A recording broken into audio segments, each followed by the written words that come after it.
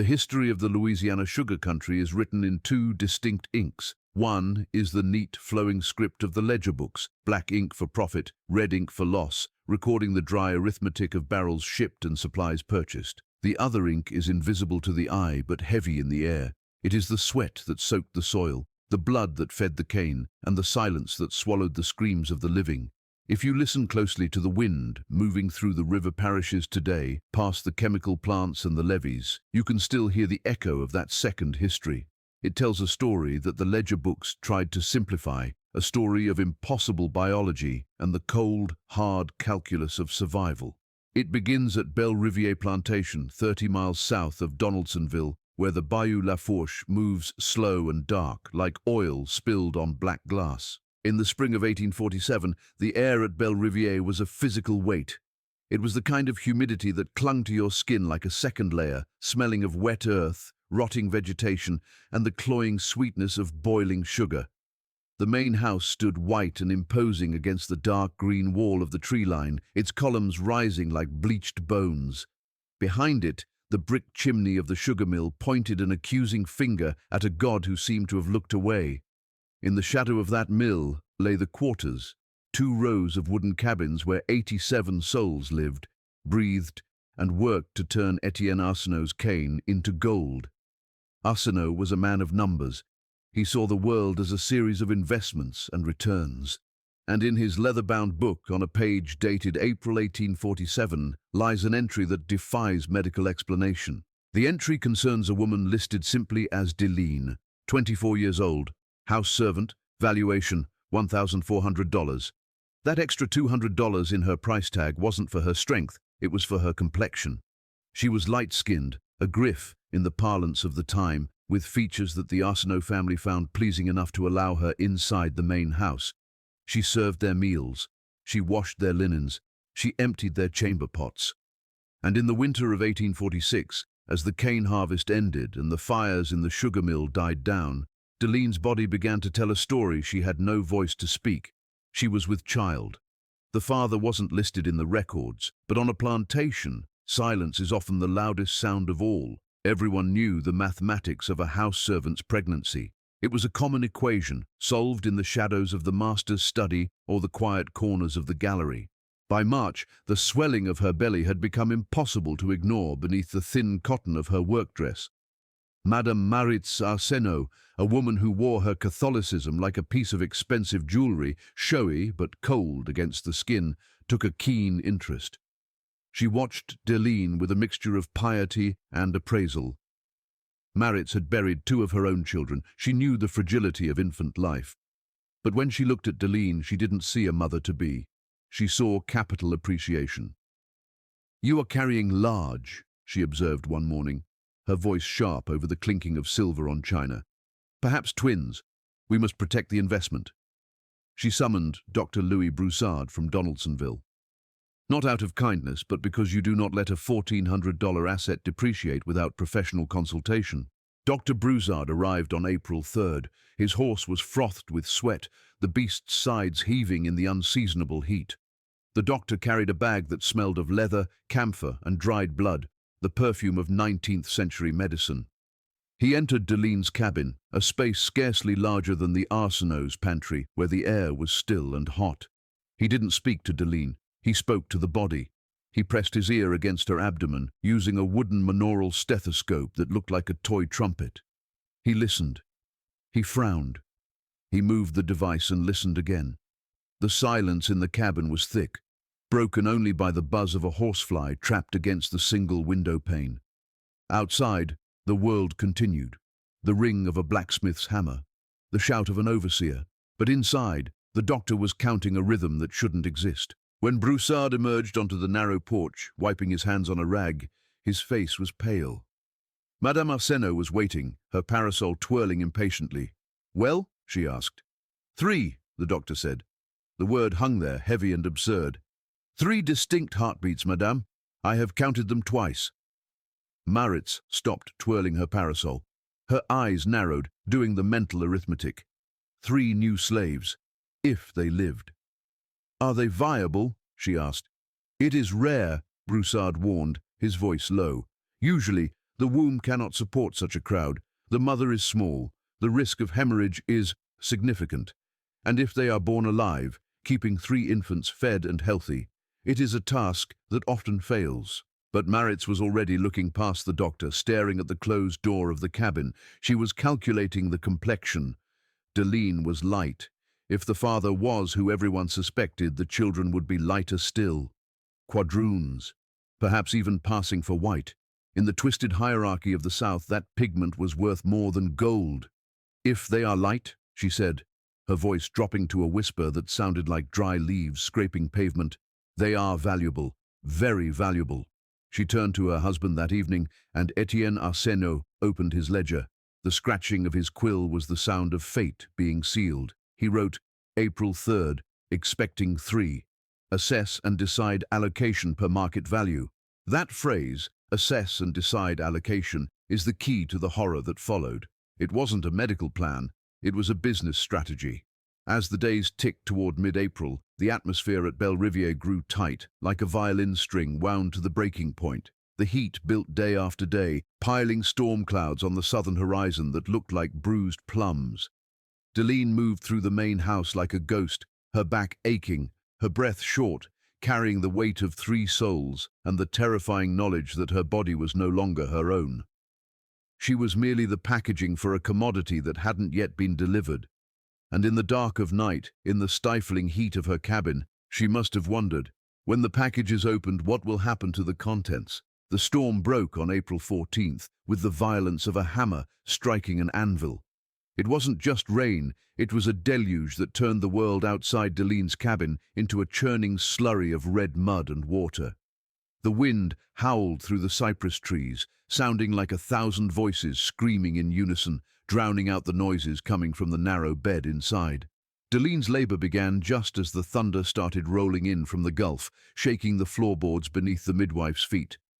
Ruth, the plantation midwife, was a woman whose hands were as rough as bark, but possessed a tenderness that defied the brutality of her world. She had delivered 100 babies into bondage, but she had never seen a night like this. The air in the cabin was thick with the metallic scent of blood and the ozone tang of the storm, a sensory overload that made the shadows dance on the walls. The first child arrived just after midnight, sliding into the world on a crash of thunder. It was a girl, slippery and small, but fierce. Ruth wiped her face and held her up to the firelight. The skin was pale, creamy like fresh milk, with just the faintest undertone of gold. "She's light," Ruth whispered, her voice barely audible over the rain. "Light like you." 20 minutes later, the second child came. Another girl. But this one was different. She was darker, her skin the color of wet earth, her hair already showing thick and black. She didn't cry immediately. Ruth had to turn her upside down and rub her back vigorously until a thin, protesting wail joined the storm. Then, an hour later, the impossible third child arrived. A boy. The smallest of them all, barely 5 pounds, his skin a deep, rich bronze. He didn't cry at all. He just lay there, chest rising and falling in shallow, rapid breaths, as if he knew he had entered a world that had no space for him. Dr. Broussard arrived at dawn, his buggy splattered with mud up to the axles. He found Deline unconscious, her body a landscape of exhaustion, and 3 infants wrapped in scraps of cotton arranged in baskets near the hearth. He checked them with a clinical detachment that chilled the room more than the damp morning air. "Remarkable," he murmured, noting the vigor of the first girl, the fussiness of the second, and the fragility of the boy. All living, against all odds. But the miracle of survival was short-lived. The heavy tread of boots on the porch announced the arrival of Etienne Arseno and his wife. They didn't knock. Ownership does not require an invitation. They stepped into the cabin, bringing the smell of wet wool and expensive tobacco into the space, instantly sucking the oxygen out of the room. Maritz Arseno moved to the baskets. She didn't look at the mother who had nearly died bringing this property into the world. She looked at the inventory. She lifted the first girl, the light one, and carried her to the window where the grey morning light filtered through the grime. "Look at this, Etienne," she said, turning the baby's face side to side. "The features are fine. The complexion is excellent. She could pass in the right circles. A house servant, certainly. Perhaps a lady's maid." She put the baby back and looked at the other 2. her nose wrinkled slightly, as if she were inspecting fruit that had been left out too long. "These two are darker," she stated flatly. "Field stock, and the boy is a runt. He will likely die within the month. He is a drain on resources." The arithmetic of the plantation is a cruel and simple language. 3 mouths to feed meant 3 times the milk, 3 times the time away from work for the mother. But one valuable asset was worth the investment. 2 potential liabilities were not. Etienne made the calculation standing there in his muddy boots. "We keep the first one," he decided, his voice devoid of emotion. "The light girl. She stays with the mother. She will be raised for the house." He gestured vaguely at the other 2 baskets. "The others are surplus. I have a contact in Napoleonville who handles irregular lots. He will take them." Dr. Broussard cleared his throat. "Monsieur, they are hours old. To separate them now." Etienne cut him off with a look that could have frozen the bayou. "I am not a monster, doctor. Deline has 3 days. Sunday morning, the wagon comes. She can nurse them until then. That is sufficient charity." When Deline woke, Ruth had to tell her. The scream that should have torn the roof off the cabin never came. Instead, Deline made a sound low in her throat, a guttural vibration of pure devastation that sounded like an animal caught in a trap. 3 days, 72 hours. That was the frantic, terrifying allowance she had been given to be a mother to 2/3 of her children. The storm had passed, leaving behind a silence that was louder than the thunder. For the next 3 days, Deline did not sleep. How could she? Every time she closed her eyes, she was losing seconds. She held them all at once, an impossible tangle of limbs and heartbeats. She memorized them.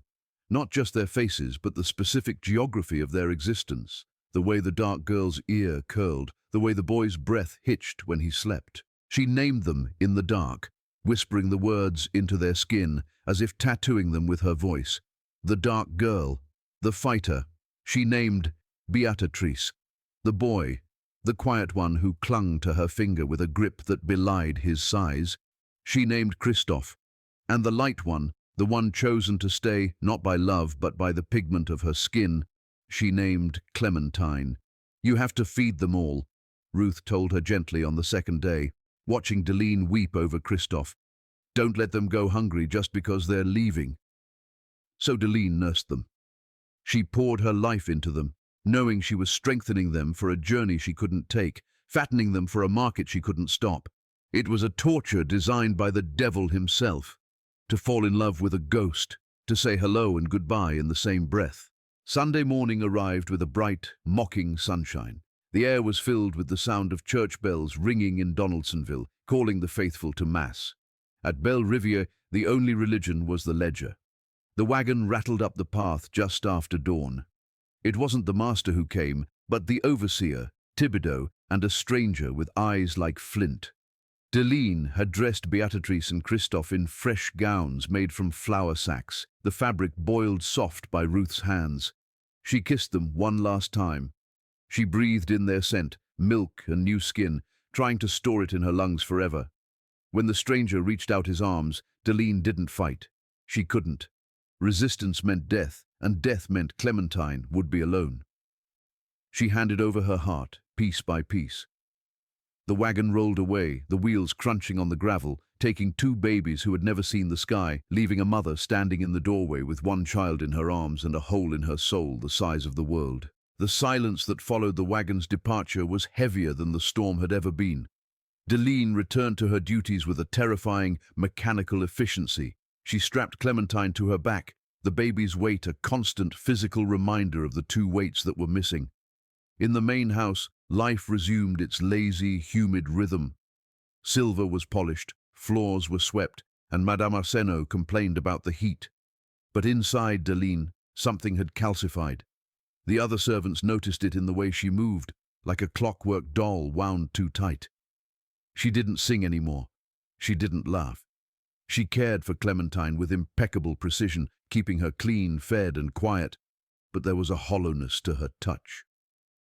At night, the cabin was filled with phantom sounds. Deline would wake up reaching for a basket that wasn't there, her body aching with the phantom limb sensation of a mother who has lost parts of herself. The not knowing was a slow-acting poison leaking into her blood day by day. Were they alive? Were they cold? Did they cry for her? July brought a suffocating heat that turned the bayou into a steam bath. It also brought a woman named Turds, a kitchen servant from the Boudreaux plantation upriver, delivering jars of fig preserves. It was in the sweating, onion-scented air of the kitchen that the first crack in the wall of silence appeared. Turds leaned in close while Deline shelled peas, her voice dropping to the conspiratorial whisper used by those who know the walls have ears. "There's talk," Turds murmured, her eyes darting toward the pantry door. "A man from Napoleonville. He was selling twins back in April, dark babies. Said they came from a litter of 3. Deline's hands froze, a pea pod snapping loudly in the quiet room. "Where?" she breathed. "Sold together," Turds said, "to a tobacco farmer named Hebert near Thibodeau. They say he got them cheap." That single sentence changed the geography of Deline's world. They were alive, they were together, and they were close.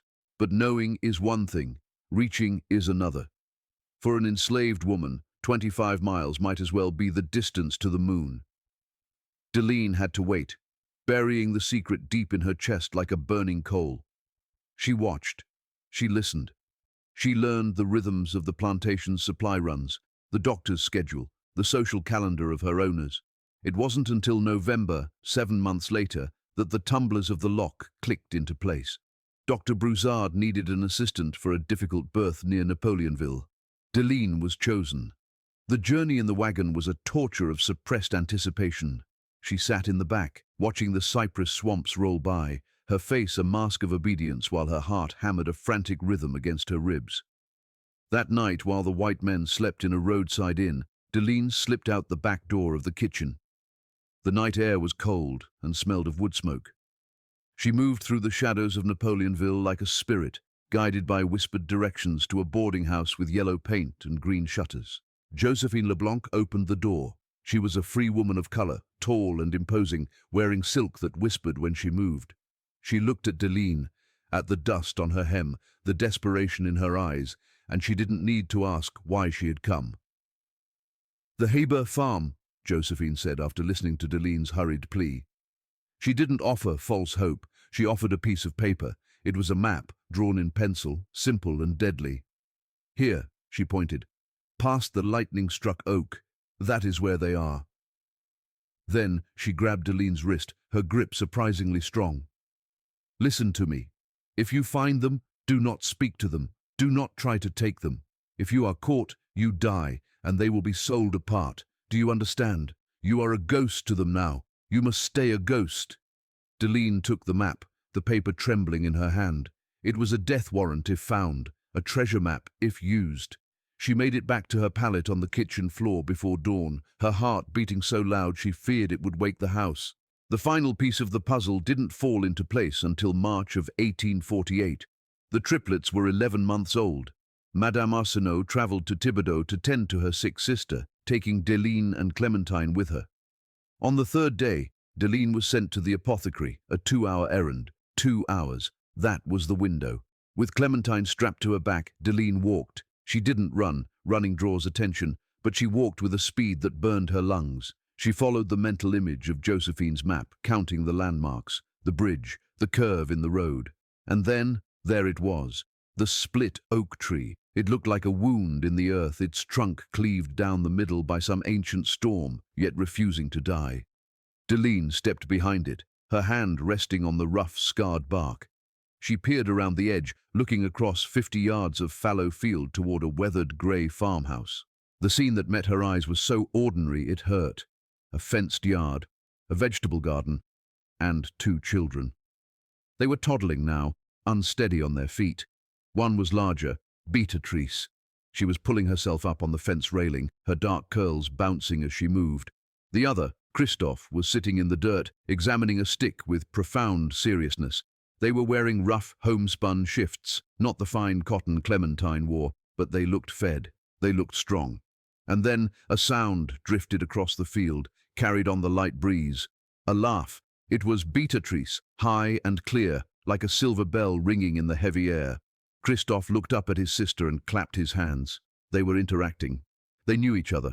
In a world that specialized in severing connections, these two had grown together like two saplings from the same root. Deline stood frozen behind the oak, tears streaming down her face, salt mixing with the dust of the road. On her back, Clementine shifted, letting out a small coo. Deline shushed her frantically, pressing her hand against the baby's back. The urge to run across that field was a physical pain, a magnetic pull that nearly tore her apart. She could be there in 30 seconds, she could touch them, she could smell them.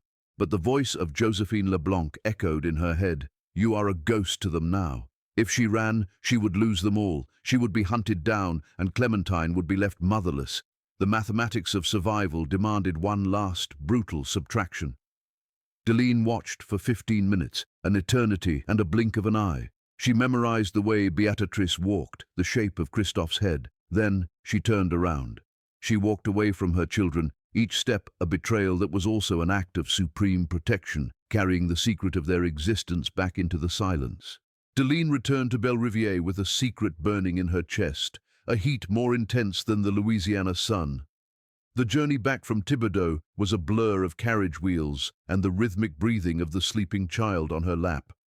To the world, nothing had changed.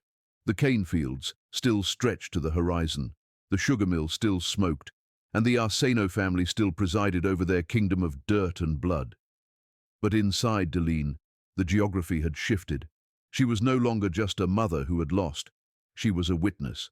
She had seen the impossible, her children, alive, standing in the red dust of a farm 25 miles away. That image, Beatrice pulling herself up on the fence, Christophe clapping his hands, became the altar at which she worshipped every night in the dark silence of her cabin. It was a dangerous comfort, a jagged piece of glass she held close to her heart, cutting her, but reminding her she was alive. As the years ground on, the plantation marked time not in hours, but in harvests. 1849 brought floods that turned the lower fields into a brown lake. 1850 brought a bumper crop that had Etienne Arseno smiling as he wrote in his ledgers. Through it all, Clementine grew. She was becoming exactly what Maritz Arseno had calculated she would be: beautiful, intelligent, and pale. By age 5, she was a fixture in the main house, a pet of the mistress, dressed in hand-me-down silks that whispered against the rough floorboards. Maritz even began teaching her to read, a dangerous indulgence justified by the promise of a future lady's maid who could handle correspondence. Deline watched this transformation with a mix of pride and terror. She saw her daughter learning the language of the masters, adopting their mannerisms, their cadence. She saw the danger of Clementine forgetting that her privilege was as thin as the skin that granted it. The education Deline gave her daughter was different. It happened after the candles in the main house were snuffed out, in the intimate, smoky air of the slave quarters. Deline taught Clementine the things books wouldn't: how to read the mood of a room before entering it, how to disappear while standing in plain sight, and how to hold a secret behind your teeth until your jaw ached. And when Clementine turned 6, old enough to understand that the world was broken, Deline decided it was time to give her the heaviest inheritance of all. It was an April evening in 1853. The air was thick with the scent of jasmine and the smell of supper fires. Clementine was practicing her letters on a slate, the chalk scratching loudly in the quiet cabin. Deline took the slate from her hands. "Put the chalk down," she said, her voice dropping to that low, resonant register that meant listen. "You think you are whole," Deline began, looking into her daughter's hazel eyes. "You think you are the only one, but you are not." She told the story then. She didn't spare the details. She told her about the storm, the midwife Ruth, the 3 distinct cries in the night. She told her about the arithmetic of the master, the cold calculation of value that had weighed 3 infants and found 2 wanting. She spoke the names, Beatrice, Christophe, tasting them on her tongue like forbidden fruit. "They are out there," Deline whispered, gripping Clementine's small shoulders. "On a farm near Thibodeau. I saw them. I saw your sister laughing at a stick. I saw your brother sitting in the dirt. They breathe the same air you do. They look at the same moon, but they don't know you exist." Clementine sat frozen, the world tilting on its axis. The revelation wasn't just a story, it was a restructuring of her entire identity. She wasn't an only child, she was a survivor of a selection process she hadn't asked for. From that night on, the names became a litany. Deline wouldn't let them fade. Every few months, she would add a detail she had hoarded from that single day of observation. Beatrice has a laugh that sounds like a bell, she would say while braiding Clementine's hair. Christophe is quiet, he watches things. She forced Clementine to carry the weight of her siblings, to make space for them in her soul. It was a burden, yes, but it was also an anchor. It kept Clementine from floating away into the fantasy that she was special, that she was safe. It reminded her that her safety was an accident of biology, a trick of the light. But the years took their toll on Deline. The grief she carried was a physical weight, and it began to wear her down from the inside out. By the late 1850s, a cough had settled in Deline's chest, a wet, rattling sound that never truly left. The damp winters of the river country seeped into her bones. She was moved from the house to the garden, a demotion in status that was a mercy for her tired body. There, among the okra and the tomatoes, with her hands in the dirt, she aged rapidly. Her hair turned the color of iron, her frame became gaunt. The country around them was changing too. The talk in the main house grew heated. Men spoke of secession, of rights, of war. The rumble of conflict was approaching like a thunderstorm on the horizon, but for Deline, the battle was already being lost. Her breath came shorter, her steps grew slower. She knew she wouldn't see the storm break. In early 1864, as the Union Army tightened its grip on New Orleans and the old world began to crumble, Deline lay on her pallet, her breathing shallow and ragged. Clementine, now 17 and striking in her beauty, sat beside her, holding a hand that felt like dry parchment. The cabin was dark, illuminated only by the dying embers of the hearth. Deline pulled her daughter close, summoning the last reserves of her strength. "The war is coming," she wheezed, each word a struggle against the fluid in her lungs. "Things are going to break apart, and when they do, you might be free." She squeezed Clementine's hand with surprising force. "Promise me, if the chains fall, you find them. You find Beatrice. You find Christophe. You tell them I didn't give them away. You tell them I watched. You tell them I loved them." "I promise, Mama." Clementine wept, the tears hot on her face. "I swear it." Deline closed her eyes, the rattle in her chest quieting. She died just before dawn, in that grey, indeterminate hour between night and day. She was buried in the plot behind the quarters, marked by a wooden cross that would rot within a decade. She left behind no money, no property, no legacy that a ledger could record. She left only a map in her daughter's memory, 2 names whispered in the dark, and a promise that would require walking back into the past to confront a ghost that had been haunting them for 17 years. Deline was gone, but the story wasn't over. The war was here, and the arithmetic of the plantation was about to be erased by the chaotic, bloody algebra of freedom. The end of the world didn't come with a trumpet blast, but with the smell of burning cane. By the spring of 1865, the South was a corpse left out in the rain. The Union victory brought a chaotic, terrifying freedom that tasted like ash and hope in equal measure. At Bel Rivier, the Arseno Empire dissolved overnight. The ledgers that had valued human beings in dollars and cents became worthless paper, good only for kindling. Clementine, now 18, walked out of the main house carrying a small bundle of clothes and the invisible map her mother had etched into her mind.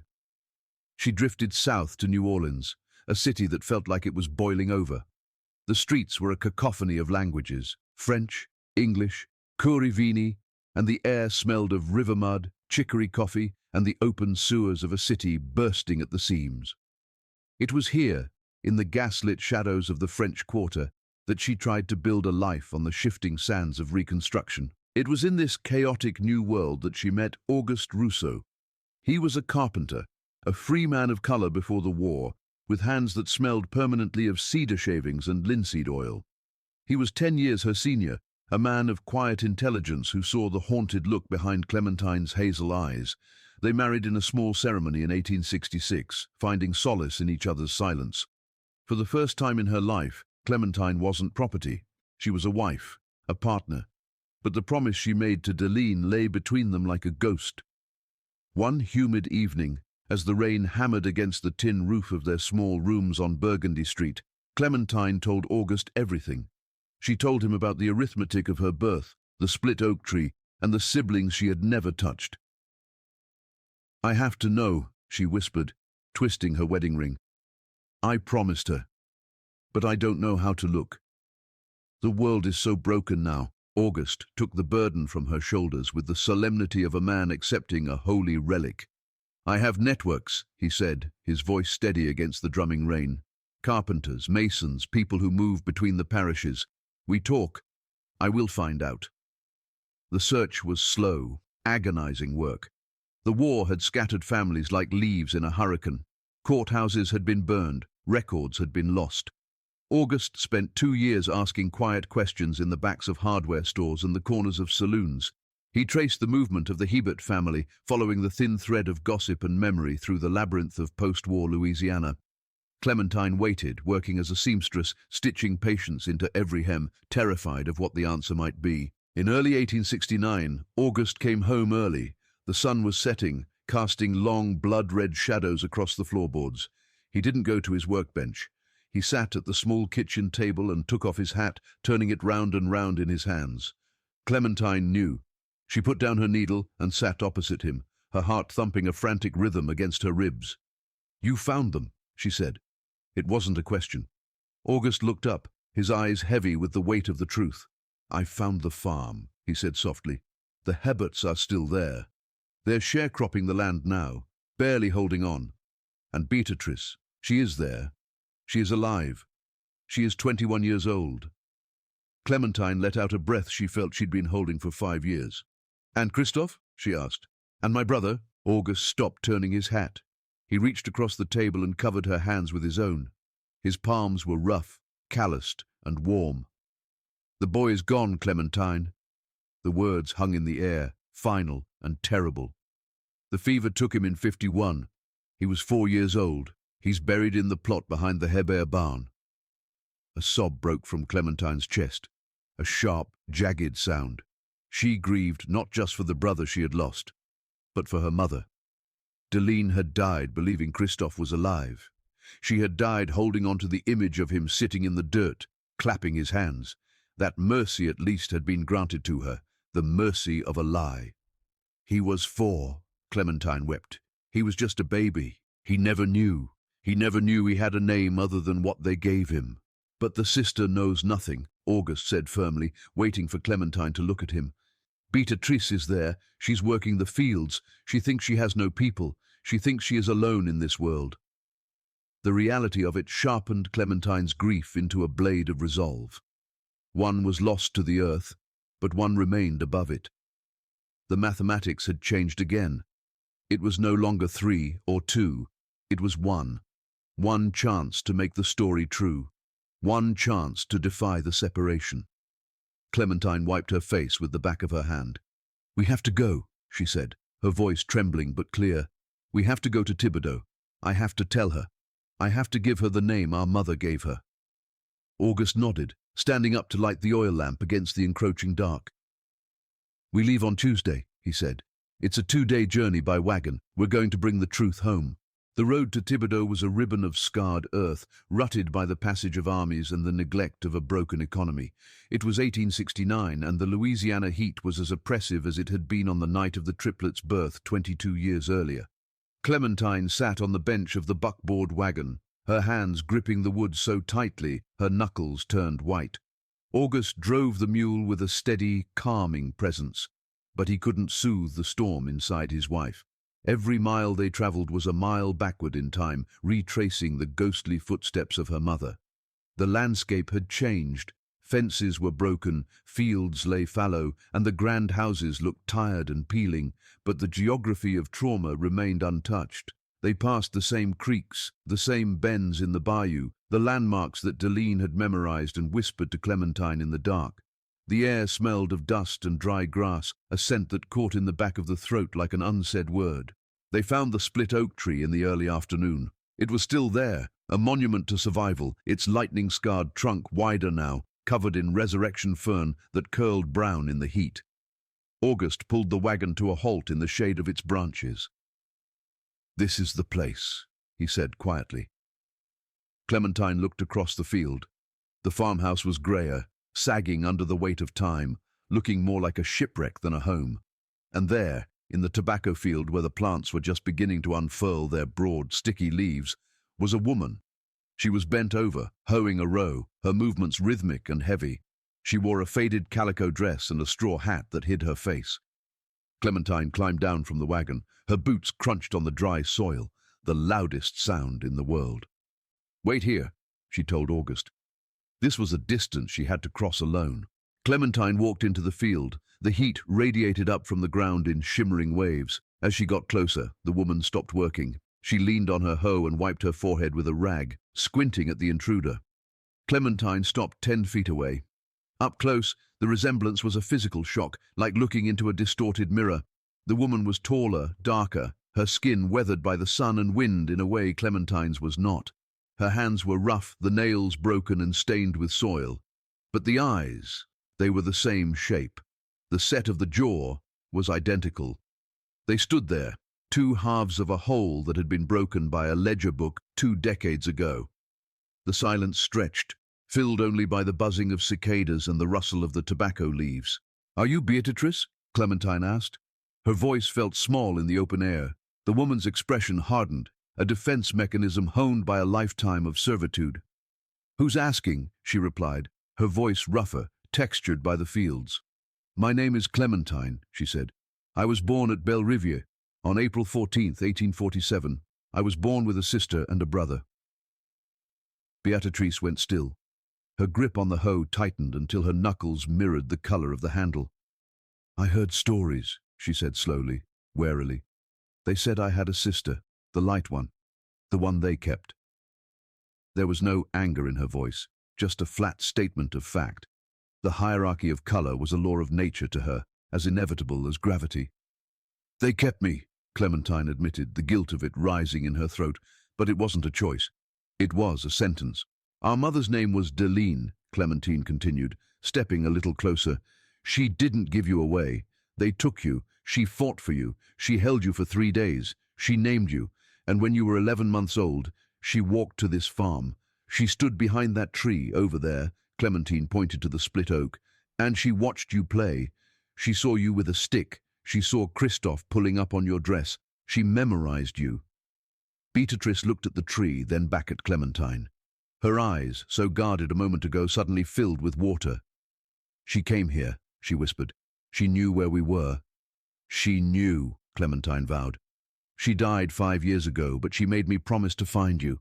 She wanted you to know that you were never abandoned. You were stolen. There is a difference."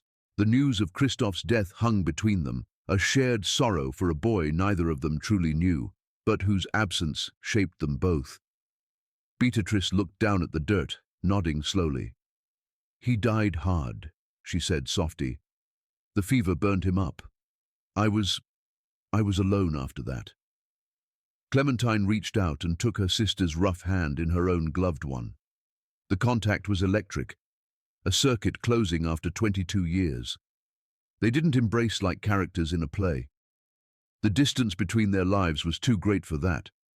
But they held on.